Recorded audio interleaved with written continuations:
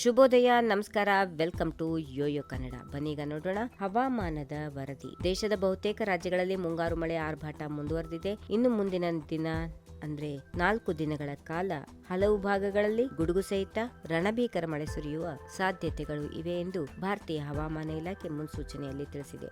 ಭಾರತೀಯ ಹವಾಮಾನ ಇಲಾಖೆಯ ಪ್ರಕಾರ ಹಲವು ಕಡೆ ಸಾಧಾರಣ ಮಳೆಯಾದರೆ ಇನ್ನು ಕೆಲವು ಕಡೆ ಭಾರೀ ಮಳೆ ಸುರಿಯುವ ಸಾಧ್ಯತೆಗಳಿವೆ. ದಕ್ಷಿಣ ಭಾರತದ ರಾಜ್ಯಗಳಲ್ಲಿ ಮಳೆಯ ಆರ್ಭಟ ತಗ್ಗಿದ್ದು, ಉತ್ತರ ಭಾರತದಲ್ಲಿ ಮಳೆ ಚುರುಕು ಪಡೆದ ಪರಿಣಾಮ ಇಲ್ಲಿನ ಹಲವು ಕಡೆ ಪ್ರವಾಹದ ಪರಿಸ್ಥಿತಿ ನಿರ್ಮಾಣವಾಗಿದೆ. ಮುಂದಿನ 3 ದಿನಗಳಲ್ಲಿ ಉತ್ತರ ಭಾರತದ ಹೆಚ್ಚಿನ ಭಾಗಗಳಲ್ಲಿ ಹೆಚ್ಚಿನ ಮಳೆಯಾಗುವ ಸಾಧ್ಯತೆಗಳು ಇವೆ ಹೀಗೆಂದು ಭಾರತೀಯ ಹವಾಮಾನ ಇಲಾಖೆ ಮುನ್ಸೂಚನೆಯಲ್ಲಿ ತಿಳಿಸಿದೆ. ಉತ್ತರಾಖಂಡ್, ಪಂಜಾಬ್, ಹರಿಯಾಣ, ಚಂಡೀಗಢ ಮತ್ತು ಪೂರ್ವ ಮತ್ತು ಪಶ್ಚಿಮ ರಾಜಸ್ಥಾನ ಸೇರಿದಂತೆ ರಾಜ್ಯಗಳು ಸೆಪ್ಟೆಂಬರ್ 10ರವರೆಗೆ ಭಾರೀ ಮಳೆ ಸುರಿಯುವ ಸಾಧ್ಯತೆಗಳಿವೆ ಎಂದು ಭಾರತೀಯ ಹವಾಮಾನ ಇಲಾಖೆ ಮುನ್ಸೂಚನೆಯಲ್ಲಿ ತಿಳಿಸಿದೆ. ಇನ್ನು ದಕ್ಷಿಣ ಭಾರತದ ರಾಜ್ಯಗಳಲ್ಲಿ ಮಳೆಯ ಪ್ರಮಾಣ ತಗ್ಗಿದೆ. ಈ ನಡುವೆಯೂ ತಮಿಳುನಾಡು, ಕೇರಳ, ಕರ್ನಾಟಕದ ಹಲವು ಭಾಗಗಳಲ್ಲಿ ಇಂದು ಭಾರಿ ಮಳೆಯಾಗುವ ಸಾಧ್ಯತೆಗಳು ಇವೆ ಎನ್ನುವ ಮುನ್ಸೂಚನೆ ನೀಡಲಾಗಿದೆ. ಕರ್ನಾಟಕದಲ್ಲಿ ಮುಂದಿನ 1 ವಾರದವರೆಗೆ ಸಾಮಾನ್ಯ ಮಳೆಯಾಗುವ ನಿರೀಕ್ಷೆ ಇದೆ. ಇಂದು ಸೆಪ್ಟೆಂಬರ್ 7ರಂದು ಗದಗ್, ವಿಜಯಪುರ ಮತ್ತು ಕಲಬುರಗಿ ಜಿಲ್ಲೆಗಳಿಗೆ ಹವಾಮಾನ ಇಲಾಖೆಯು ಯೆಲ್ಲೋ ಅಲರ್ಟ್ ಘೋಷಿಸಿದೆ. ಈ ಜಿಲ್ಲೆಗಳಲ್ಲಿ ಮಳೆಯಾಗುವ ನಿರೀಕ್ಷೆ ಇದೆ. ಆದರೆ ರಾಜ್ಯದ ಇತರ ಜಿಲ್ಲೆಗಳಲ್ಲಿ ಸಾಧಾರಣ ಮಳೆಯಾಗುವ ಸಾಧ್ಯತೆಗಳಿವೆ. ಬೆಂಗಳೂರು ಮತ್ತು ಸುತ್ತಮುತ್ತಲಿನ ಪ್ರದೇಶಗಳಲ್ಲಿ 48 ಗಂಟೆಗಳವರೆಗೆ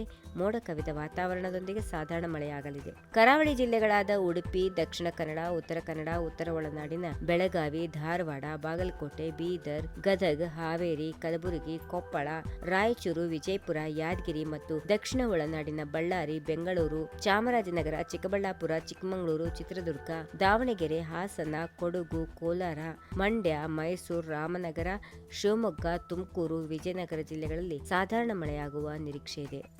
ಈ ವಿಡಿಯೋ ನಿಮಗೆ ಇಷ್ಟವಾದಲ್ಲಿ ಲೈಕ್ ಮಾಡಿ, ಶೇರ್ ಮಾಡಿ, ಸಬ್ಸ್ಕ್ರೈಬ್ ಮಾಡಿ.